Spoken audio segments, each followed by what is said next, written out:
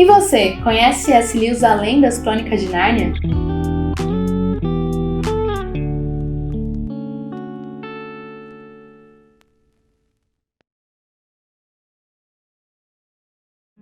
Meu nome é Bianca e esse mês aqui no Cabeceira é um mês muito especial, porque nós vamos dedicar exclusivamente à vida de C.S. Lewis e suas obras. Muitos cristãos o conhecem por conta da coleção da Thomas Nelson Brasil, muitos cristãos também já o conhecem por conta das Crônicas de Nárnia, mas hoje eu quero compartilhar aqui com vocês um pouquinho da vida dele que muita gente não sabe. C.S. Lewis foi o maior apologista do século XX e eu trouxe aqui esse livro, essa biografia, A Vida de C.S. Lewis, do Ateísmo às Terras de Nárnia, do Alistair McGrath. E é um livro muito especial para mim, porque abriu a minha visão a respeito do autor. Muita gente não sabe, mas C.S. Lewis nasceu em 1898. Ele nasceu na Irlanda e não na Inglaterra. Muita gente acha que C.S. Lewis é inglês, mas não, ele era irlandês. E ele foi para a Inglaterra muito cedo. E apesar de não viver mais na Irlanda, muitas das suas obras são inspiradas no cenário, nas paisagens da Irlanda, e o pai dele era convertido ao anglicanismo.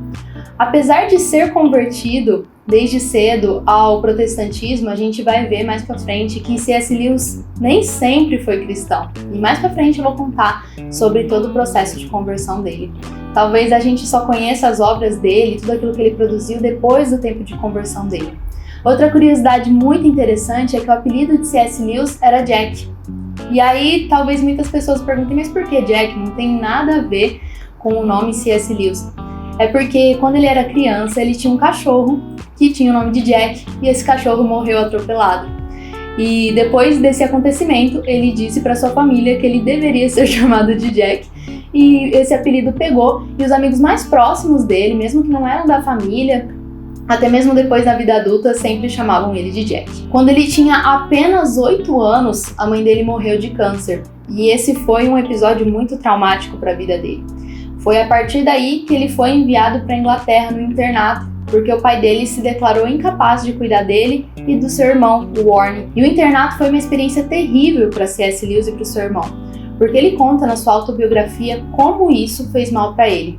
Porque agora, ele, além de estar longe do seu país de origem, que era a Irlanda, ele estava se sentindo completamente sozinho.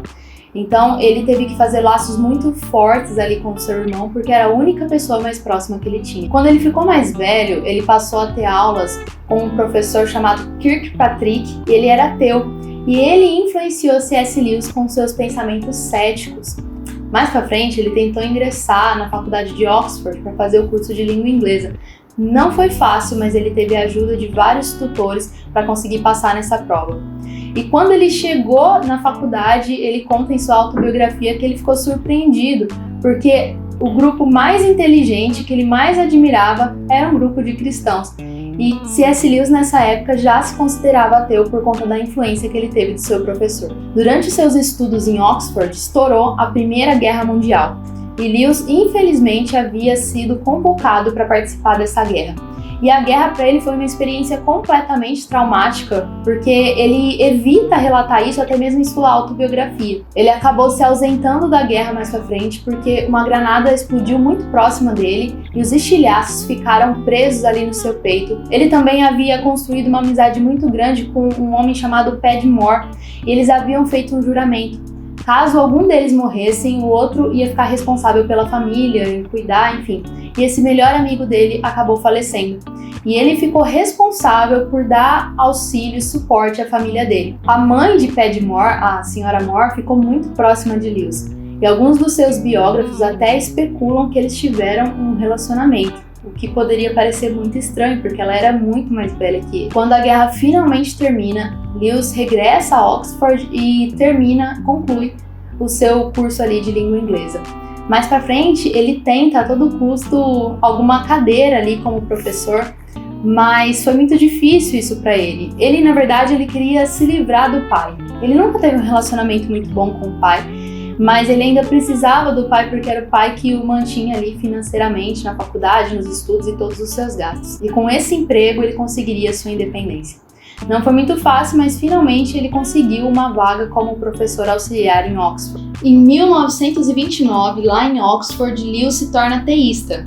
Isso não significa que ele era cristão, mas que ele passou a acreditar em Deus. E uma das maiores influências na vida dele para sua conversão foi Tolkien. E se vocês não sabem, Tolkien foi autor de Senhor dos Anéis. Eles até tinham um grupo em que eles compartilhavam aquilo que eles escreviam. E tem um trechinho aqui da autobiografia dele que eu quero ler para vocês sobre esse processo de se tornar ateu para se tornar teísta e depois para se tornar cristão. Esse processo foi muito demorado, demorou muitos anos, mas eu quero ler aqui um trechinho para vocês. No primeiro trimestre de 1929, eu cedi e admiti que Deus era Deus. E ajoelhei-me e orei. Talvez naquela noite eu fosse o convertido mais deprimido e relutante de toda a Inglaterra. Uma das pessoas fundamentais para esse processo de conversão foi Tolkien. É muito engraçado porque eles discutiam a respeito de todos os assuntos, inclusive sobre mitologia. Os dois eram apaixonados por mitologia. E um dia, numa conversa muito profunda que ele teve com Tolkien, Tolkien falou assim para ele: Lewis, você acredita que os mitos têm uma história estruturada de queda, redenção e vem algum deus para salvar essas pessoas? Da mesma forma que você acredita que nos mitos existe uma história base, no cristianismo também aconteceu da mesma forma. As pessoas estavam perdidas, precisavam de uma redenção e Jesus veio para salvar essas pessoas e redimi-las. Foi a partir dessa conversa que Lewis ficou com uma pulga atrás da orelha e começou a refletir sobre tudo isso que Tolkien estava conversando com ele já, investindo na vida dele há muitos e muitos anos. E aqui eu quero ler um trechinho para vocês que ele fala sobre essa conversa que ele teve com Tolkien. Acabo de passar da crença em Deus para a crença definitiva em Cristo no cristianismo. Vou explicar isso em outra ocasião. Mas a minha longa conversa que tive com Tolkien teve muito a ver com isso. Não houve um fato específico que tornou Lewis cristão, mas foi todo um processo e investimento de Tolkien na vida dele. Tem também um outro trecho muito interessante que ele conta esse encontro que ele teve com Deus. Ele era o caçador e eu o cervo. Espreitou-me como um pele vermelha, mirou infalivelmente e disparou. E eu sou muito grato por ser assim que me ocorreu o primeiro encontro. E depois da sua conversão, Lewis ficou muito famoso porque ele começou a escrever livros sobre apologética, além de livros de ficção científica e outros gêneros, como fantasia, que é o caso das Crônicas de Nárnia. Em 1945, Lewis já era muito famoso, não só na Inglaterra, mas também nos Estados Unidos. Ele também dava diversas palestras em Oxford e outras universidades defendendo a fé cristã. Em 1947, ele era capa da revista Time, que era uma revista super conceituada, e logo ali na capa trazia os seguintes títulos, eu vou ler aqui para vocês. Autor campeão de vendas, o mais popular conferencista da Universidade de Oxford e uma das vozes mais influentes no cristianismo em língua inglesa. E junto com a sua fama também vieram muitas e muitas críticas, e Lewis teve que lidar com todas essas críticas. Lá em Oxford, agora de queridinho, ele passou a ser odiado por ser cristão e por defender aquilo que ele defendia. Muitos até mesmo diziam que ele estava se colocando à venda a uma cultura popular para poder seguir essa fama. Outros passaram a chamá-lo de herege, dizendo que ele estava corrompendo o cristianismo e influenciando negativamente os jovens. E foi nesse período que abriu uma oportunidade para que ele ingressasse em Cambridge, que era concorrente ali direta com Oxford. A princípio ele ficou um pouco relutante, mas depois ele pensou que seria uma excelente oportunidade, porque em Oxford ele não era mais bem-vindo.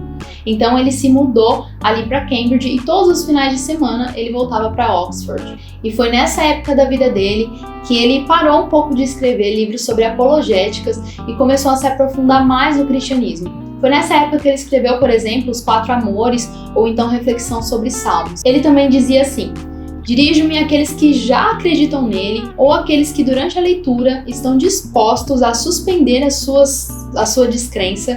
E ele também dizia: um ser humano não pode ficar para sempre defendendo a verdade, ele deve também ter um tempo para se alimentar dela. Foi durante a década de 50, lá em Cambridge, que ele conheceu a Joy Davidman. Ele a princípio só trocava correspondências com ela, mas nessa época ele teve a oportunidade de vê-la pessoalmente pela primeira vez.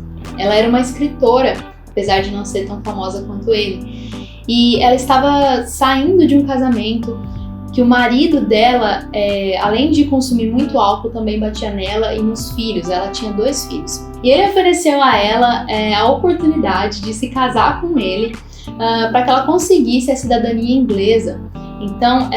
Então eles acabam se casando ali só no papel, como uma forma simbólica, para que ela conseguisse morar na Inglaterra com seus 2 filhos.